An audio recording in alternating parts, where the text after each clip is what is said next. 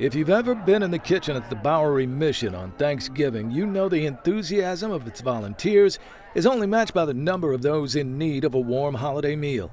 With the COVID crisis, the need is even greater this year, and the CEO of the Bowery Mission says the hungry will not be disappointed this Thanksgiving, but there will be a twist. We are going to be serving the meals outdoors this year, so that's a change.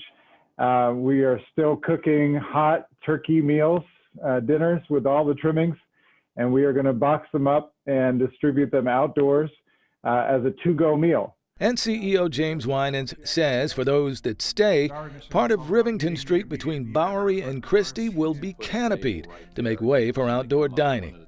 Our guests are going to line up on the north side of the Bowery on a socially distanced line. It'll be a covered space in case there's any rain falling at that point. And then they'll walk up to a space where they will receive a meal. Our volunteers will be working behind plexiglass. The mission just one of hundreds of charities and food banks across the country with the added burden of providing meals to families hit hard financially by the virus. An endless line of cars waiting in line at this Dallas area food bank at AT&T Stadium. In another part of that city, Dallas Cowboy gridiron legends doing what they can to help tackle hunger this season. This food giveaway put on by Hall of Famer Charles Haley and teammates from the 1990s Gridiron Dynasty. The ability now to be able to impact 1,600, 1,900 families, to give them hope and a purpose. This is what it's all about. It ain't a handout, it's just a hand up. And so everybody needs a hand up, and that's what I love about what we're trying to do here and what Charles have always tried to do. The group Feeding America estimates that due to the coronavirus pandemic, 50 million people may face hunger this year, including 17 million children.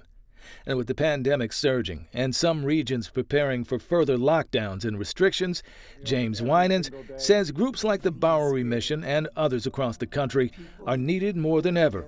And this year, the Bowery Mission will be doing it with fewer volunteers on the scene. We've limited the number of volunteers who can serve with us to just over 100 because there's still lots of work to do, but we don't want to gather people unnecessarily this year.